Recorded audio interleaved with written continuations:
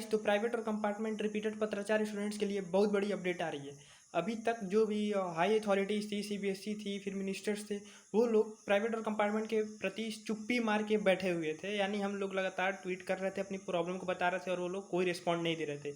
लेकिन अब बहुत बड़ा रिस्पॉन्ड मिला है। मैं आपको दिखा देना चाहता हूँ अपने फ़ोन स्क्रीन। ये इंडियन एक्सप्रेस वेबसाइट पे दिया गया है आर्टिकल। मैं पढ़ के भी सुनाऊंगा और इसका जो लिंक है, इसका लिंक वो डिस्क्रिप्शन बॉक्स में भी आपको दिया जाएगा, तो आप भी देख सकते हैं। तो यहाँ पे जो कंट्रोलर ऑफ एग्जामिनेशन है संयम भारद्वाज सीबीएसई, उन्होंने बोला है कि CBSE told that the exam will be conducted in a synchronised manner and student will not miss out any university admission processes. यानी कि इनके हिसाब से बच्चे जो हैं वो कोई भी यूनिवर्सिटी प्रोसेस को मिस नहीं करेंगे, उनको यूनिवर्सिटी में एडमिशन मिलेगा। और आगे बहुत इंपॉर्टेंट चीज़ लिखा है, वो भी मैं पढ़ के सुना देता हूँ आपको।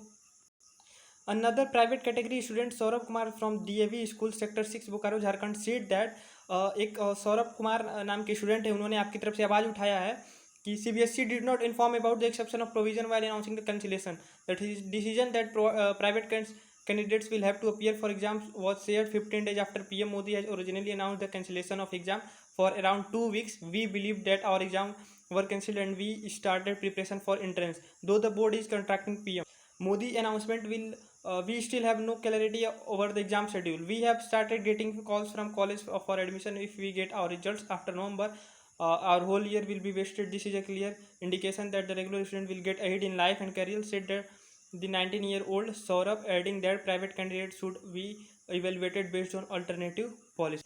जो भी आपका प्रॉब्लम था सब इन्होंने बोल दिया। सबसे पहली इंपॉर्टेंट चीज़ तो ये लिखा है कि जब पीएम मोदी ने आकर ये बताया था कि हमारी एग्जामिनेशन कैंसिल है, तब हमें कोई भी इंडिकेशन नहीं मिला था कि इसमें हम लोग एक्सक्लूड हैं।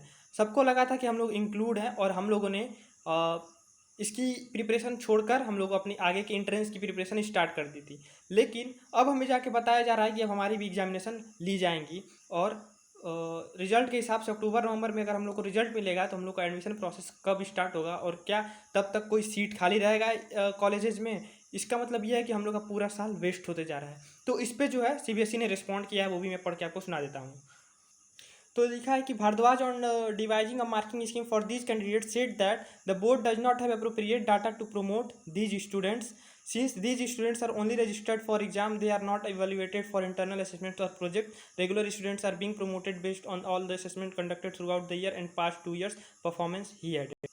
तो संयम भारद्वाज जी, जिन्होंने कहा था कि इस साल कोई भी एग्जामिनेशन नहीं होने जा रहा है, वो अब बोल रहे हैं कि हम आपकी एग्जामिनेशन इसलिए ले रहे हैं ताकि सीबीएसई के पास आपका कोई डाटा नहीं है। हम रेगुलर स्टूडेंट की एग्जामिनेशन इसलिए कैंसिल कर दिए हैं ताकि उनका पास्ट 2 ईयर्स का डाटा है और साथ ही इस साल उन्होंने इंटरनल असेसमेंट के बेस पे उनको मार्क्स दिया जाएगा, लेकिन आपके साथ ऐसा कुछ नहीं है, इसीलिए आपकी एग्जामिनेशन कराई जाए। ये बोल रहे हैं संयम भारद्वाज जी।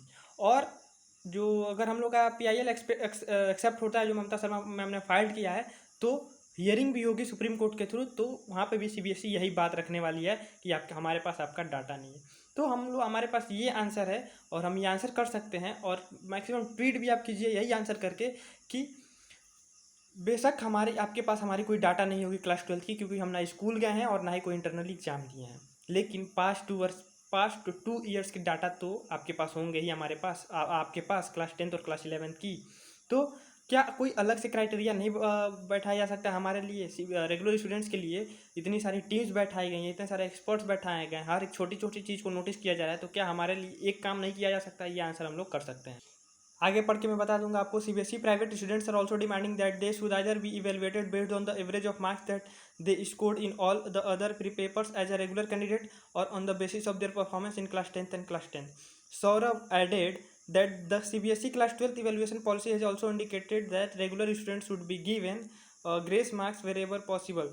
Since I was not able to clear one paper in 2020 because of 2 marks, should not I be eligible for the grace marks that regular student will be getting this year, he asked. यहाँ पे बहुत ही बढ़िया सौरभ ने question उठाया था जो आप लोगों ने अभी तक नहीं उठाया था। उन्होंने बोला है कि जो रेगुलर स्टूडेंट्स हैं उनको हज़ारों स्कीम्स निकाले गए हैं और जब लगा आपको कि बच्चे फेल हो जाएंगे, क्लास 11 की एग्ज़ाम अच्छा नहीं किए हैं, तो उनके लिए आप लोगों ने मॉडरेशन पॉलिसी को लगा दिया, उनको ग्रेस मार्क्स दे दिया।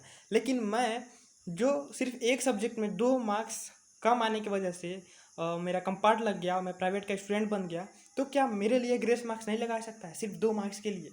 ये देखिए कितना बड़ा नाइंसाफ़ी हो रहा है। रेगुलर स्टूडेंट्स के लिए सीबीएसई ने स्कूल को राइट दे दिया कि आप हर सब्जेक्ट में 5-5 मार्क्स बढ़ा सकते हैं, मॉडरेशन पॉलिसी लगा दिया, ग्रेस मार्क्स लगा दिया, हर एक चीज़ कर दिया। लेकिन यहाँ पे प्राइवेट स्टूडेंट जो सिर्फ 2 मार्क्स से फेल हुआ है उसके लिए भी तुम मॉडरेशन पॉलिसी या फिर ग्रेस मार्क्स लगा के हमको पास कर दिया जा सकता है, लेकिन आप हमारी एग्जामिनेशन लेने पे तुले होंगे। तो दोस्तों हमको बहुत ही सिंपल आंसर मिला है सीबीएसई की तरफ से, और यदि हमारी पीआईएल एक्सेप्ट होती है और हियरिंग होती है तो हमें भी रेडी होना होगा हमारे आंसर के लिए, और हम अपना आंसर ममता शर्मा मैम के थ्रू दे सकते हैं। तो जितना हो सके उतना ट्वीट करिए, मैक्सिमम ट्वीट करिए, और अपनी सारी जो भी सॉल्यूशन है वो अपने ट्वीट में बता दीजिए।